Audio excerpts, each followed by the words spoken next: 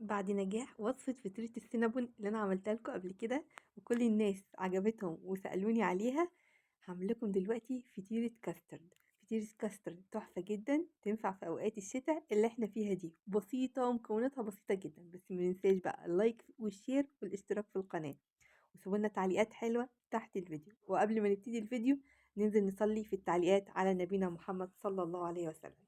أول حاجة مقاديرها بسيطة قوي. جبنا نص كوباية مية، وحطينا عليها ربع كوباية لبن، وبعدين حطينا معلقة صغيرة خميرة، وحطينا معلقتين سكر وقلبناهم كويس مع بعض.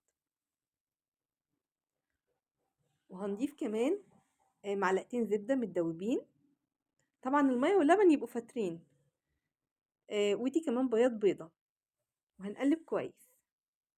فاترين يا جماعة مش سخنين، خلي بالنا عشان كمان حاطين بياض بيضة. الصفار يا جماعة هندهن بيه المفروض وش الفطيرة. تمام كده؟ تمام. بعد كده بقى هكون مجهزة كوبايتين ونص دقيق، وكمان انا ضفت هنا خميره، سوري، ضفت فانيليا. تمام كده، شويه فانيليا صغيرين. جبت بقى كوبايتين ونص دقيق، وهحط عليهم كمان شويه بيكنج باودر صغيرين قوي، يعني مش قادره اقول لكم، يعني ممكن يكونوا نص معلقه صغيره. وهبتدي بقى اضيف السوائل شويه بشويه، وبعدين هلم العجينه بشويه دقيق صغيرين، وهرش السطح بتاعي وابتدي اديها عجنه كده. وتمام، خلاص العجينة هتبقى جاهزة معايا. طبعا متنسوش التخمير، لازم نخمرها كويس قوي. هنحطها في ستريتش كده ونسيبها في مكان دافي. تمام. تمام. بعد كده بقى هنعمل الكاسترد اللي هنحشي بيه العجينة. ممكن يكون كاسترد يا جماعة، وممكن كمان نعمله زي المهلبية.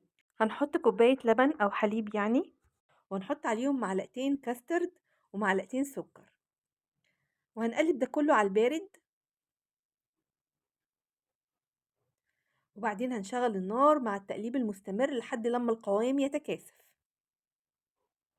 ممكن بقى نعمله زي ما قلت بالكاسترد، ممكن نعمله لو انت ما عندكيش كاسترد ممكن تعمليها زي المهلبية بالنشا، زي ما انت حابة. بصوا القوام تكاثف اهوت، هسيبه بقى لحد لما يبرد. تمام. ممكن احطه في مج كده، احط عليه الاول يعني نص معلقة صغيرة او معلقة صغيرة يا ربي زبدة، معلقة صغيرة زبدة، وهقلبهم. المفروض كنت حطيتها على النار بس بصراحة انا نسيت، وهي على النار كنت حطيتها، دي بتدي لمعة.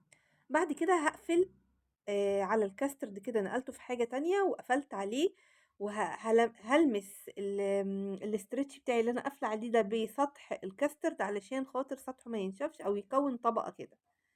تمام. وهسيبه لحد لما العجينة تتخمر، واقول لكم هنعمل فيه ايه تاني.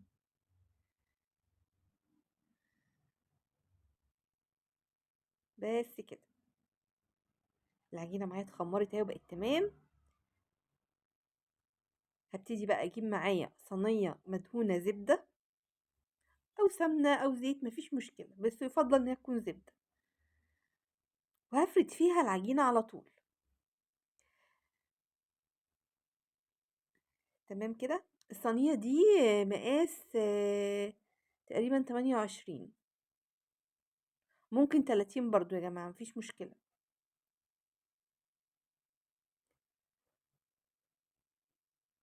يعني، بس 28 أنسب. وهبتدي أفرد فيها، بفرد العجينة وبعمل ليها حواف زي البيتزا كده، شايفينها ازاي؟ لازم أعمل الحافة دي. وبعدين هجيب شوكة وأخرم في النص كده علشان خاطر ما يعلاش الجزء ده. تمام كده. تمام. وبعدين هجيب الكاسترد اللي أنا كنت عاملاه، هديله تقليبتين كده بالويسك عندي أو بالمضرب،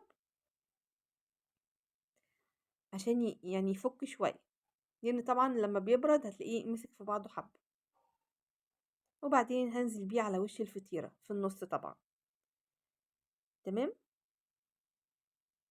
بصوا بقى، المفروض بعد ما افرده ان انا كنت ادهن اطراف الفطيرة دي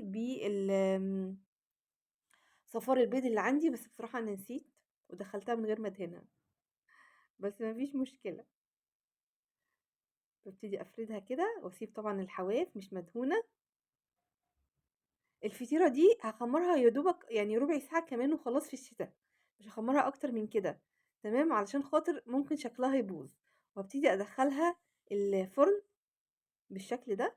بُص لمّا طلعت بقى تحفة وريحتها جميلة، جميلة، جميلة. هابتدي بقى أزيّنها كده،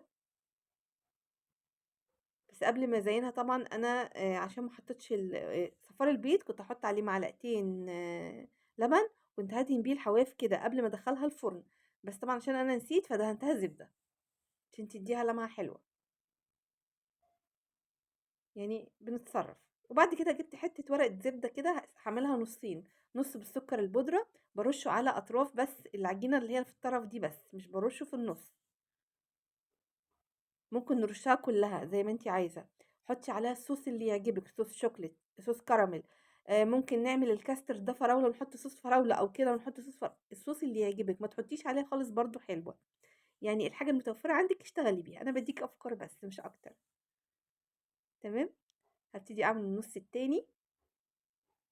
طبعًا هي كانت طالعة سخنة وأنا للأسف الكراميل كان ماسك عندي فحطيته في الميكرويف ساح بزيادة، فطبعًا يعني إيه شكله اتشوِّه شوية بالنسبة لي أنا، هو شكله حلو بس أنا حاساه إن هو ساح بزيادة يعني، كان المفروض يبقى ثابت كده على وشها شوية، هتشوفوها من فوق دلوقتي عاملة إزاي، كنت عايزاه يبقى ثابت أكتر من كده، بس الحمد لله يعني شكلها برضه لطيف وحلوة جدًا. وابتدي بقى آخد منها قطعة كده مثلثات بقى أو زي ما أنا عايزة. بُصي بقى في المرحلة دي بقى تنيّمي الولاد بدري وإيه، وتبتدي بقى تعملي الحاجة الحلوة بتاعتِك دي وتقعدي كده تشربيها مع كوباية الشاي التمام أو الكوفي بتاعِك، تمام، وتستمتعي بقى شوية، بعيد عن الدوشة والولاد، ربنا يخلّي يا رب الأولاد كلّهم يا رب. هاوريكِ بقى شكلها عامل إزاي، بجد حلوة، وحلوة مناسبة للشتا، تتاكل برضه دافية، وممكن تتاكل باردة عادي ما فيش مشكلة خالص، جميلة أوي. باوريها لكم بقى شكلها عامل إزاي أهي، أهي جميلة جدًا. أنا عملت معاها بقى كوباية الشاي التمام. أنا باحب بصراحة لمّا آجي أشرب حاجة لازم يعني سواء الشاي بالذات يعني أحب آكل معاه حاجة حلوة، أو الكابتشينو أو كده، حلو أوي.